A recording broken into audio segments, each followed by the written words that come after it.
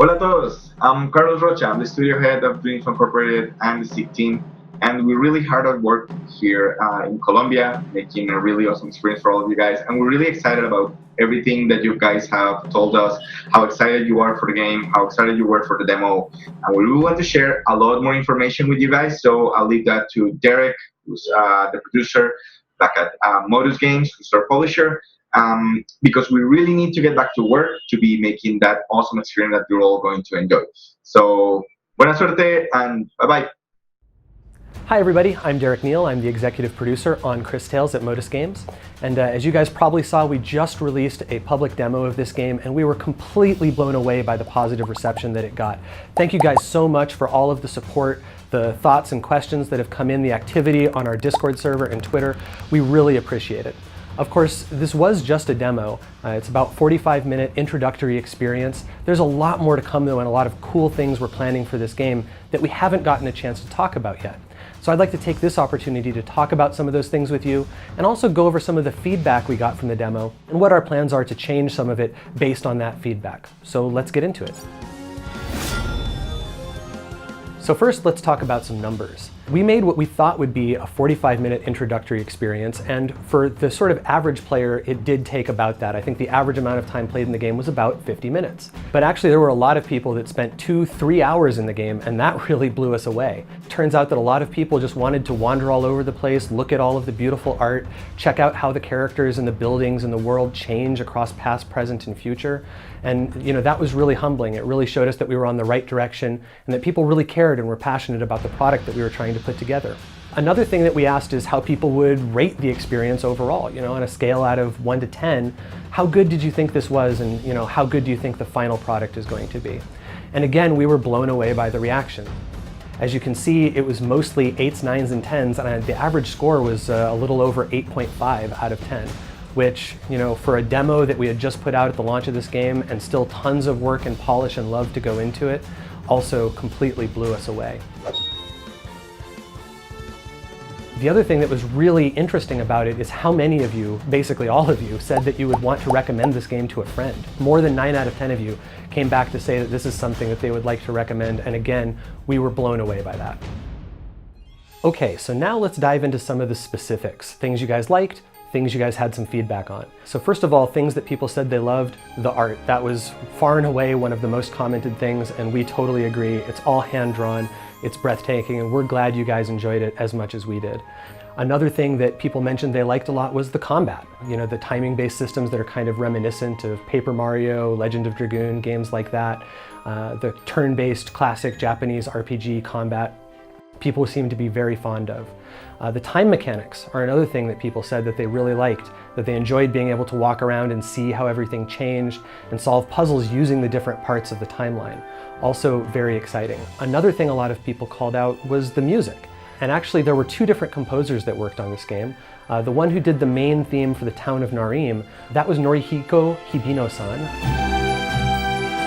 And then all the rest of the music was done by a person who's better known as Composer in the Mario Maker community. And he's been doing music for ROM hacks and indie games and things like that for a while now. And he did an absolutely fantastic job with all of this. And one last thing that people called out as something they really liked were the character designs. And this is a place where Carlos and his team were really heavily inspired by their Colombian heritage, taking all of the colors and the patterns and the fabrics of the land of Colombia, the central cities to the coastal regions, and working all of those themes into all of the characters that are all over the towns and all over the world, giving each of them their own backgrounds, their own stories that you can see as you run past them and see how they change in the past, the present, and the future. Another thing that some of you have brought to our attention is that there are some errors with the way some of the voice work has been implemented. So for example, at the end of the demo, there's a line where Farmer Robert says, "Industrialization project." You wanted this land for your industrialization project. And it sounds very strange. We're going to get that re-recorded. There's also a couple of areas where the audio balancing isn't right, it's too quiet or too loud. And then there's actually some areas where the voiceover lines don't start quickly enough. And that's because there's some unnecessary dead space at the start of those lines that we'll be cutting out and get those all together so that it works correctly in the final version. Of course, we want to make sure everyone can have an experience with the game that they enjoy, so we're going to include a settings menu that has the ability to turn on and off all sorts of options, including the voices, the music, the sound effects, and more. One final thing in this area to talk about is the combat. While a lot of people said how much they liked it, they liked the timing systems and how it's similar to old school JRPGs, some people did say that it seemed fairly simple. And that's sort of interesting for us because we have a lot of very complex things planned for it in the future, some of which I'd like to share with you now. So for example, you may have noticed that in the demo, there's a bar at the top of the screen that shows the turn order of all of the enemies and all of your characters. Well, that's something, as this is a game that is about manipulating time, that's actually something that you're expected to be able to play around with in the future. And this opens up a lot of interesting possibilities, not just moving people around so that they can act faster or slower, but also actually manipulating time. For example, if you've been injured and you want to heal that character, maybe you send them back in time to before they took damage. Or if someone's been poisoned and you want to kill them faster, send them forward in time to a point where they've already taken a bunch of poison damage. Similarly, you can do things with ice status effects. If someone's frozen and he's about to recover and about to wake up, send him back in time to when the status effect was fresher and he's going to be frozen for even longer.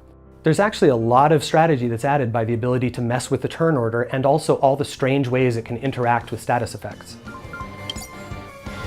How clever! But the truth is, even that is just the tip of the iceberg for what we have planned for the combat. Another thing that we plan to implement are team attacks between the different characters. And this is very similar to the tech system from Chrono Trigger, things like that. Depending on who you have in your party, you'll have access to different team attacks that use their special powers. And so crafting your party and making use of those attacks is another key part of the strategy. Finally, each character has their own special gimmicks, their own special abilities that interact with time, with the battlefield, and with other characters in interesting ways. Of course, there's a ton more to talk about with this particular game, and if I could, I would stand here and tell you guys about it all day long. But unfortunately, we do have to save something for the future. Well, one of those things we're going to be talking about in the future is the story of the game. We do have some very complicated story with a lot of twists and turns, and we're really excited to be able to share that with you guys in the coming weeks and months. If you'd like to get updates about that, more general updates about development, please follow us on social media, join our Discord server, and if you do join us on Discord or if you have a Reddit account, you'll also be able to join our AMA, which is happening on July 30th. We hope to see you there, and I'll see you in the future.